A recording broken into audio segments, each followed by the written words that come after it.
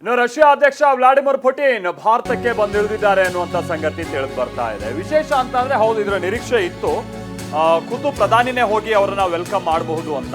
ಹೌದು, ದೆಹಲಿಯ ಪಾಲಂ ಏರ್ಪೋರ್ಟ್ಗೆ ಪುಟಿನ್ ಬಂದಿರುವಂತಹ ಸಂದರ್ಭದಲ್ಲಿ ರಷ್ಯಾ ಅಧ್ಯಕ್ಷ ಪುಟಿನ್ರನ್ನ ಖುದ್ದು ಪ್ರಧಾನಿ ಮೋದಿ ಹೋಗಿ ಸ್ವಾಗತಿಸಿದ್ದಾರೆ ಅನ್ನುವಂತ ವಿಚಾರ ತಿಳಿದು ಬರ್ತಾ ಇದೆ.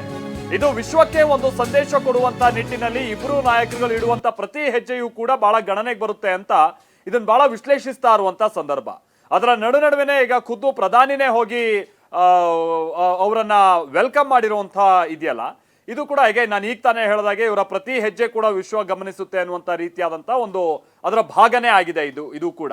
ಆಮೇಲೆ ಪುಟಿನ್ ಅವರ ಭಾರತ ಭೇಟಿ ಹೌದು, 23ನೇ ಭಾರತ ಹಾಗೆ ರಷ್ಯಾ ಶೃಂಗಸಭೆಯಲ್ಲಿ ಅವರು ಭಾಗಿಯಾಗಬೇಕು ಅನ್ನುವಂಥ ನಿಟ್ಟಿನಲ್ಲಿ ಬರ್ತಾ ಇರುವಂತದ್ದಾದ್ರೂ ಕೂಡ ಬೇರೆ ಬೇರೆ ಕಾರಣಕ್ಕಾಗಿ ಈ ಬಾರಿ ಬಹಳ ಕುತೂಹಲ ಕೆರಳಿಸ್ತಾ ಇದೆ. ವಿಚಾರ ಅಂತ ಅಂದ್ರೆ ಅಮೆರಿಕದ ಜೊತೆಗೆ ಭಾರತದ ತಿಕ್ಕಾಟ ಏನ್ ನಡೀತಾ ಇದೆ, ವ್ಯಾಪಾರ ಒಪ್ಪಂದಕ್ಕೆ ಸಂಬಂಧಪಟ್ಟ ಹಾಗೆ ಎಲ್ಲ ಬಹಳ ಗೊಂದಲಗಳಾಗಿದೆ.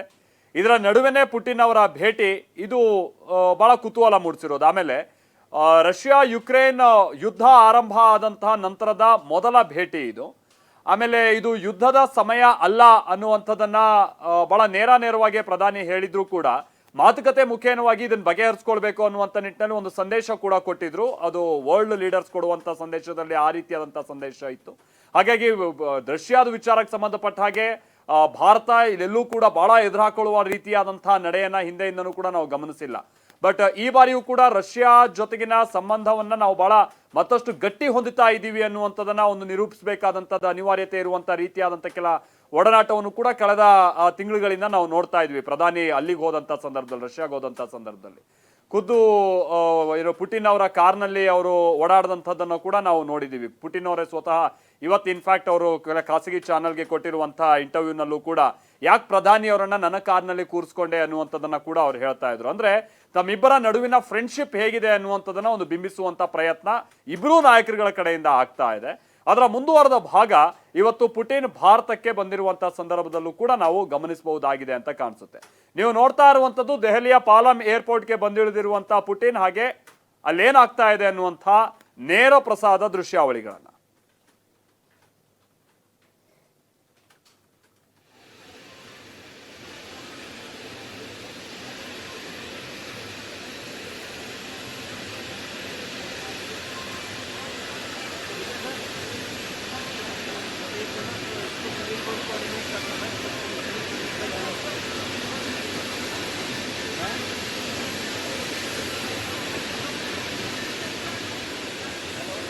ಪ್ರಮುಖವಾಗಿ ಯುದ್ಧೋಪಕರಣಗಳಿಗೆ ಸಂಬಂಧಪಟ್ಟ ಹಾಗೆ ಬಹಳ ತ್ವರಿತವಾಗಿ ನಮಗೆ ಅಂತಹ ಉಪಕರಣಗಳು ಬೇಕು ಅನ್ನುವಂಥ ನಿಟ್ಟಿನಲ್ಲೂ ಕೂಡ ಭಾರತದ ಬೇಡಿಕೆ ಇದೆ ಅನ್ನುವಂಥದ್ದು ಗೊತ್ತಾಗ್ತಾ ಇದೆ. ಅದು S-400 ಸೇರಿದ ಹಾಗೆ ಬಹಳಷ್ಟು ಯುದ್ಧ ಸಾಮಗ್ರಿಗಳ ಖರೀದಿ ವಿಚಾರಕ್ಕೆ ಸಂಬಂಧಪಟ್ಟ ಹಾಗೆನೂ ಕೂಡ ಒಪ್ಪಂದಗಳಾಗುತ್ತವೆ ಅನ್ನುವಂಥದ್ದು ಗೊತ್ತಾಗ್ತಾ ಇದೆ. ಪ್ರಮುಖವಾಗಿ ಭಾರತದ ಜೊತೆ ಅಣು ಸಹಕಾರ ಒಪ್ಪಂದಕ್ಕೆ ಈಗ ಆಲ್ರೆಡಿ ರಷ್ಯಾ ಸಂಪುಟ ಕೂಡ ಅಸ್ತು ಹೊಂದಿದೆ ಅನ್ನುವಂಥದ್ದು ತಿಳಿದು ಬರ್ತಾ ಇದೆ. ನಿಮ್ಗೆ ಗೊತ್ತಿರ್ಬೋದು, ಈಗ ಆಲ್ರೆಡಿ ರಷ್ಯಾದ ಪಾಲುದಾರಿಕೆಯಲ್ಲಿ ನಾವು ಇಲ್ಲಿ ತಮಿಳುನಾಡಿನಲ್ಲಿ ಅಂದರೆ ಕೂಡಂಕುಳಂನಲ್ಲಿ ಅಣುಶಕ್ತಿ ಸ್ಥಾವರವನ್ನ ಮಾಡ್ತಾ ಇದ್ದೀವಿ ನಾವು. ಅಂದರೆ ಈಗ ಆಲ್ರೆಡಿ ಅದು ನಿರ್ಮಾಣ ಹಂತದಲ್ಲಿದೆ, ಜೊತೆಗೆ ಉಪಯೋಗದಲ್ಲೂ ಕೂಡ ಇದೆ. ಸೊ ಈಗ ಅತಿ ಹೆಚ್ಚು ಆ ರಿಯಾಕ್ಟರ್ಗಳನ್ನು ಮತ್ತಷ್ಟು ವಿಸ್ತರಿಸುವಂಥ ನಿಟ್ಟಿನಲ್ಲೂ ಕೂಡ ಒಪ್ಪಂದಕ್ಕೆ ಬರಲಾಗಿದೆ ಅನ್ನುವಂಥ ವಿಚಾರ ಕೂಡ ತಿಳಿದು ಬರ್ತಾ ಇದೆ. ಅದಾದ ನಂತರದಲ್ಲಿ ಯುದ್ಧ ಸಾಮಗ್ರಿಗಳ ವಿಚಾರಕ್ಕೆ ಸಂಬಂಧಪಟ್ಟ ಹಾಗೆಯೂ ಕೂಡ ಹೌದು. ಅದಾದ ನಂತರದಲ್ಲಿ ಈಗ ಅಮೆರಿಕದ ಒಂದು ಒತ್ತಾಯ ನಾವು ಮೇಲಿನ ಮೇಲೆ ಗಮನಿಸ್ತಾ ಇದ್ದೀವಿ. ಅದು ಒತ್ತಡದ ರೂಪದಲ್ಲಿ ರಷ್ಯಾದಿಂದ ತೈಲ ಖರೀದಿ ವಿಚಾರಕ್ಕೆ ಸಂಬಂಧಪಟ್ಟ ಹಾಗೆ ಅಮೆರಿಕ ಬಹಳ ವಿರೋಧ ವ್ಯಕ್ತಪಡಿಸ್ತಾ ಇರೋದು. ಒಂದು ಹಂತದಲ್ಲಿ ಯುಕ್ರೇನ್ ವಿರುದ್ಧ ರಷ್ಯಾ ಯುದ್ಧ ಮಾಡ್ತಾ ಇರೋದಕ್ಕೆ ಸಹಕಾರ ಕೊಡ್ತಾ ಇರೋದೇ ಭಾರತ ಅನ್ನುವಂಥ ರೀತಿಯಾಗಿಯೂ ಕೂಡ ಅಮೆರಿಕ ವಿಶ್ಲೇಷಿಸ್ತಾ ಇದೆ. ಈ ನಡುವೆನೇ ಈಗ ಆಲ್ರೆಡಿ ಸ್ವಲ್ಪ ಆಮದು ಕಮ್ಮಿ ಆಗ್ತಾ ಇದೆ ಅನ್ನುವಂಥ ವಿಚಾರ ಕೂಡ ನಾವು ಗಮನಿಸ್ತಾ ಇದ್ದೀವಿ. ಅಂಕಿ ಅಂಶದ ವಿಚಾರ ಬಹುಶಃ ಡಿಸೆಂಬರ್ ಆದ ನಂತರದಲ್ಲಿ 3% ಅಷ್ಟು ಕಮ್ಮಿಯಾಗಿ ಹೋಗ್ಬಿಡುತ್ತೆ ರಷ್ಯಾದಿಂದ ತೈಲ ಖರೀದಿ, ಭಾರತ ನಿಟ್ಟಿನಲ್ಲಿ ಯೋಚಿಸ್ತಾ ಇದೆ ಅಂತಲೂ ಕೂಡ ಹೇಳಲಾಗ್ತಾ ಇದೆ. ಪುಟಿನ್ ಕೂಡ ಅದನ್ನು ಹೇಳಿದ್ದಾರೆ. ಮೋದಿ ಎಂಥ ಲೀಡರ್ ಅಂದರೆ ಅವ್ರ ಮೇಲೆ ನಾವು ತೀರಾ ಒತ್ತಡ ಹಾಕೋಕ್ಕಾಗದೇ ಇರುವಂಥ ಲೀಡರ್ ಅನ್ನುವಂಥ ವಿಚಾರವಾಗಿ ನಿನ್ನೆ ಒಂದು ಸ್ಟೇಟ್ಮೆಂಟ್ನಲ್ಲಿ. ಹಾಗಾಗಿ ಈ ತೈಲ ಖರೀದಿ ವಿಚಾರಕ್ಕೆ ಸಂಬಂಧಪಟ್ಟ ಹಾಗೆಯೂ ಕೂಡ ಇವ್ರ ನಡೆಗಳು ಏನಿರ್ಬೋದು ಅನ್ನುವಂಥದ್ದನ್ನು ಕೂಡ ನಾವು ನೋಡಬೇಕಿದೆ. ಏನು ಒಪ್ಪಂದಕ್ಕೆ ಬರ್ತಾರೆ, ಏನು ಎತ್ತ ಅನ್ನುವಂಥದ್ದು ವಿಚಾರ, ಅಥವಾ ಬೇರೆ ರೀತಿಯಾದಂಥ ಮಾರ್ಗವನ್ನು ಕೂಡ ಹಿಡಿದಿದ್ದಾರೆ. ಅಂತ ಅಂದರೆ ರಷ್ಯಾದ ಕಂಪನಿಗಳು ಇಂದನೇ ನಾವು ಇಂಧನ ತೆಗೆದುಕೊಳ್ತಾ ಇದ್ರು ಕೂಡ ಅದರ ಮೀಡಿಯೇಟಿಂಗ್ ಮಾಡ್ತಾ ಇರುವಂಥದ್ದು ಕೆಲ ಒಪೆಕ್ಸಿಗೆ ಅಥವಾ ಸೌದಿಗೆ ಸಂಬಂಧಪಟ್ಟ ಹಾಗಿನ ಕಂಪನಿಗಳು ಅಂತೇಳಿ. ಆ ಮೀಡಿಯೇಷನ್ ಇಂದ ನಾವು ತೈಲ ರಷ್ಯಾ ಕಂಪನಿಗಳಿಂದನೇ ತೈಲ ತೆಗೆದುಕೊಳ್ತಾ ಇದೀವಿ, ಆದ್ರೆ ನೇರವಾಗಿ ನಾವು ಖರೀದಿ ಮಾಡ್ತಾ ಇಲ್ಲ. ಅಂದ್ರೆ ಈ ರೀತಿಯಾದಂಥ ಕೆಲ ದಾರಿಗಳನ್ನ ಭಾರತ ಹುಡ್ಕೊಂಡಿತ್ತು ಬಹಳಷ್ಟು ಒತ್ತಡ ಹೆಚ್ಚಾದಂಥ ನಂತರದಲ್ಲಿ. ಈಗ ಅದಕ್ಕೂ ಕೂಡ ಮುಗ್ಧರ ಹಾಕೋ ಪ್ರಯತ್ನ ಅಮೆರಿಕ ಸೇರಿದ ಹಾಗೆ ಕೆಲ ದೇಶಗಳಿಂದೆಲ್ಲ ನಡೀತಾ ಇದೆ. ನಾವು ನೋಡ್ತಾ ಇದ್ವಿ ನ್ಯಾಟೋ ದೇಶಗಳು ಇದಕ್ಕೆಲ್ಲ ಸಂಬಂಧಪಟ್ಟಂಗೆ ಹೇಗೆ ವರ್ತಿಸ್ತಾ ಇದೆ. ಈ ವಿಚಾರವಾಗಿನ ಏನು ಒಪ್ಪಂದಕ್ಕೆ ಬರ್ತಾರೆ ಏನು ಎತ್ತ ಅನ್ನುವಂಥದ್ದು ಕೂಡ ಬಹಳ ಕುತೂಹಲ ಕೆರಳಿಸ್ತಾ ಇದೆ. ಹರೀಶ್ ನಮ್ಗೆ ಇದಕ್ಕೆ ಸಂಬಂಧಪಟ್ಟಂಗೆ ಮತ್ತಷ್ಟು ಡೀಟೇಲ್ಸ್ ಅನ್ನ ಕೊಡ್ತಾರೆ. ಹರೀಶ್, ಪುಟಿನ್ ಅವರ ಆಗಮನ ಆಗಿದೆ ಅನ್ನೋದು ಗೊತ್ತಾಗ್ತಾ ಇದೆ. ಒಂದಂತಲ್ಲಿ ಶಿಷ್ಟಾಚಾರವನ್ನ ಬದಿಗಿಟ್ಟು ಖುದ್ದು ಪ್ರಧಾನಿ ಹೋಗಿ ಅವರನ್ನ ಸ್ವಾಗತಿಸ್ತಾ ಇದ್ದಾರೆ ಅನ್ನುವಂಥದ್ದು ಗೊತ್ತಾಗ್ತಿದೆ. ಬಹುಶಃ ಆ ದೃಶ್ಯಾವಳಿಗಳನ್ನ ನಾವು ಇನ್ನೊಂದು ಕೆಲವು ನಿಮಿಷಗಳಲ್ಲಿ ನೋಡ್ಬೋದು ಅಂತ ಕಾಣಿಸುತ್ತೆ. ಪುಟಿನ್ ಅವರ ಈ ಭೇಟಿ ಇದು ಯಾವ್ಯಾವ ಕಾರಣಕ್ಕಾಗಿ ಇಡೀ ಜಗತ್ತು ಎದುರು ನೋಡ್ತಾ ಇದೆ, ಏನ್ ಕತೆ ಅಂತ ವಿಶ್ಲೇಷಿಸಬಹುದಾ? ರಷ್ಯಾದ ಅಧ್ಯಕ್ಷರಾಗಿರ್ತಕ್ಕಂತಹ ವ್ಲಾದಿಮಿರ್ ಪುಟಿನ್ ಅವರು ಭಾರತದಲ್ಲಿ ಲ್ಯಾಂಡ್ ಆಗಿರುವಂತಹದ್ದು, ದೆಹಲಿಯಲ್ಲಿ ಲ್ಯಾಂಡ್ ಆಗಿದ್ದಾರೆ. ಸ್ವತಃ ಖುದ್ದು ಪ್ರಧಾನಿ ನರೇಂದ್ರ ಮೋದಿ ಅವರೇ ಪುಟಿನ್ ಅವರನ್ನ ಸ್ವಾಗತಿಸಲಿಕ್ಕೆ ತೆರಳಿದ್ದಾರೆ. ಇನ್ನೇನು ಕೆಲವೇ ಕ್ಷಣಗಳಲ್ಲಿ ವಿಮಾನದಿಂದ ಹೊರಗಡೆ ಬರ್ತಾರೆ. ಮತ್ತೆ ಅಲ್ಲಿ ಸಾಂಸ್ಕೃತಿಕ ಚಟುವಟಿಕೆಗಳನ್ನು, ಭಾರತದ ಕಲಾ ವೈವಿಧ್ಯತೆಯನ್ನ ಪ್ರಸ್ತುತಪಡಿಸುವಂತಹ ಕಲೆಯ ಪ್ರದರ್ಶನ ಕೂಡ ಆಗುತ್ತೆ ಅನ್ನುವಂಥದ್ದು ಹೇಳಲಾಗ್ತದೆ. ಅಂದ್ರೆ ಏರ್ಪೋರ್ಟ್ ಒಳಗೆ ಈ ತರದ ಒಂದು ಪ್ರದರ್ಶನವನ್ನು ಕೂಡ ಯಾವುದೇ ರಾಷ್ಟ್ರಾಧ್ಯಕ್ಷರು ಬಂದಂತ ಸಂದರ್ಭದಲ್ಲಿ ಈ ರೀತಿಯಾದಂತಹ ವ್ಯವಸ್ಥೆಯನ್ನ ಮಾಡಿರ್ತಾರೆ. ಇನ್ನೇನು ಕೆಲವೇ ಕ್ಷಣಗಳಲ್ಲಿ ಅವರು ವಿಮಾನದಿಂದ ಇಳಿತಾರೆ. ನಂತರ ಪ್ರಧಾನಿ ನರೇಂದ್ರ ಮೋದಿ ಅವರೇ ಸ್ವತಃ ಅವರನ್ನ ಹೋಗಿ ಸ್ವಾಗತವನ್ನ ಮಾಡ್ತಾರೆ. ಸಹಜವಾಗಿ ನೋಡ್ಬಹುದು, ಪುಟಿನ್ ಅವರು ವಿದೇಶ ಪ್ರವಾಸಗಳನ್ನ ಮಾಡೋದೇ ಕಡಿಮೆ. ಯಾಕಂತಂದ್ರೆ ಅವರ ಮೇಲೆ ಮೊಕದ್ದಮೆಗಳಿವೆ. ಅಂತಾರಾಷ್ಟ್ರೀಯ ಕ್ರಿಮಿನಲ್ ನ್ಯಾಯಾಲಯದ ಮೊಕದ್ದಮೆ ಕೂಡ ಅವರ ಮೇಲೆ ಇರುವಂತಹದ್ದು. ಆದ್ರೆ ಯಾರು ICC ಇದು ಒಪ್ಪಂದಕ್ಕೆ ಒಳಪಟ್ಟಿಲ್ಲ ಆ ದೇಶಗಳಿಗೆ ಮಾತ್ರ ಅವರು ಪ್ರವಾಸವನ್ನ ಮಾಡ್ತಾರೆ. ಟರ್ಕಿಗೆ ಮಾಡ್ತಾರೆ, ಚೀನಾಗೆ ಮಾಡ್ತಾರೆ, ಈಗ ಭಾರತ ಪ್ರವಾಸವನ್ನ ಕೈಗೊಂಡಿರುವಂತಹದ್ದು. ಈ ದೇಶಗಳನ್ನು ಹೊರತುಪಡಿಸಿ ಇನ್ನ 120 ದೇಶಗಳಲ್ಲಿ ಯಾವುದೇ ಕಾರಣಕ್ಕೂ ಅವರು ಪ್ರವಾಸವನ್ನ ಕೈಗೊಳ್ಳೋದಿಲ್ಲ.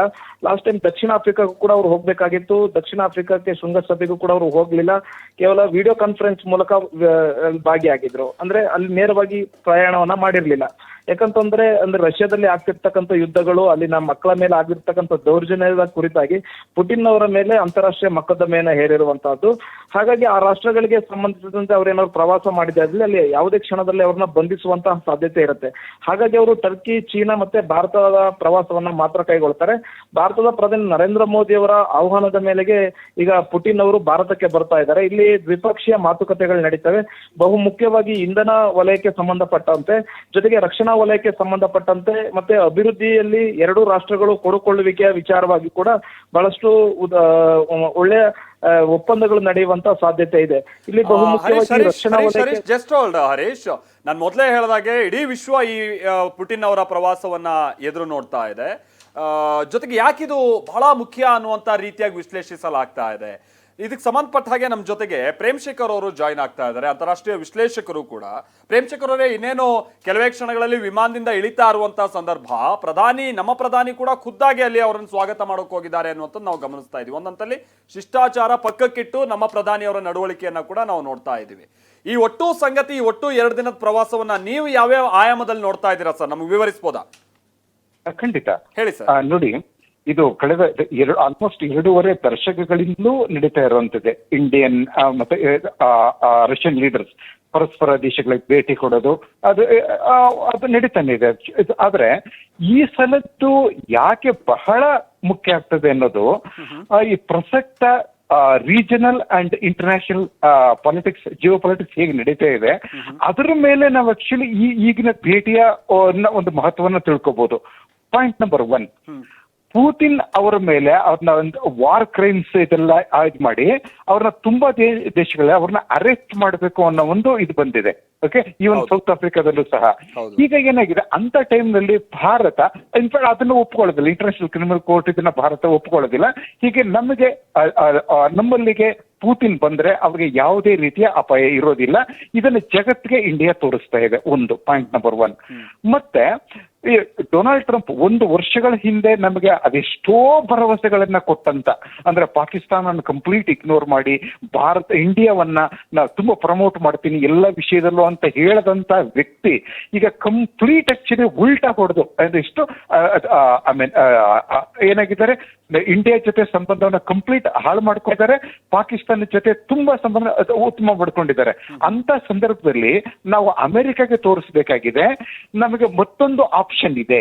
ನಾವು ಆಕ್ಚುಲಿ ವಾಷಿಂಗ್ಟನ್ ಅಷ್ಟೇ ನಮಗೆ ಮುಖ್ಯ ಅಲ್ಲ, ಸ್ಟ್ರಾಟಜಿಕ್ ಅಟಾನಮಿಯನ್ನ ನಾವು ಉಳಿಸ್ಕೋತೀವಿ, ನೀವಿಲ್ಲ ಅಂತ ಹೇಳಿದ್ರೆ ನಮ್ಗೆ ಮತ್ತೊಬ್ಬ ರಿಲಯಬಲ್ ಪಾರ್ಟ್ನರ್ ಇದ್ದಾರೆ ಪ್ರಪಂಚದಲ್ಲಿ ಅನ್ನೋದನ್ನ ಅಮೆರಿಕಾಗೆ, ಟ್ರಂಪ್ಗೆ ನೇರವಾಗಿ ಭಾರತ ತೋರಿಸಬೇಕಾಗಿದೆ.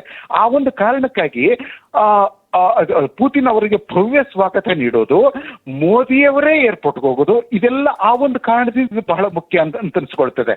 ಮತ್ತೆ ನಮ್ಮ ಡಿಫೆನ್ಸ್ ಇದೆಯಲ್ಲ ನೋಡಿ, ನಮಗೆ ಅಮೆರಿಕ ಇದು ತೇಜಸ್ಗೆ ಇದನ್ನ ಹೊಡೆದಕ್ಕೆ ಇಂಜಿನ್ ಕೊಡೋದನ್ನ ಎಷ್ಟು ಡಿಲೇ ಮಾಡ್ತು, ಮತ್ತೆ ಎಲ್ಲ ರೀತಿಯಲ್ಲ ಅಮೆರಿಕ ಮಾಡ್ಕೊಂಡಂತ ಯಾವುದೇ ಒಪ್ಪಂದವನ್ನ ಸರಿಯಾಗಿ ಫಾಲೋ ಮಾಡಿಲ್ಲ ಡಿಫೆನ್ಸ್ ವಿಷಯದಲ್ಲಿ ನಮಗೆ.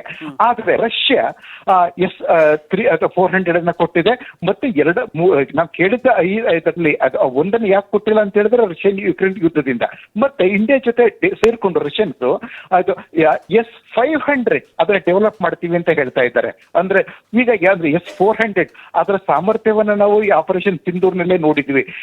ಜಾಗತಿಕ ಏರ್ ವಾರ್ನಲ್ಲೇ ಒಂದು ಏಕೈಕ ಉದಾಹರಣೆ, ಎನಿಮಿ ವಾಯು ಪ್ರದೇಶದ ಒಳಗಡೆ 312 ಕಿಲೋಮೀಟರ್ ಒಳಗಡೆ ಹಾರ್ತಾ ಇದ್ದಂತ ಒಂದು ಇದನ್ನ ಚೈನೀಸ್ ಅವಾಕ್ಸ್ ಅನ್ನ ನಮ್ಮ S-400 ಹೊಡೆದಾಕಿದೆ.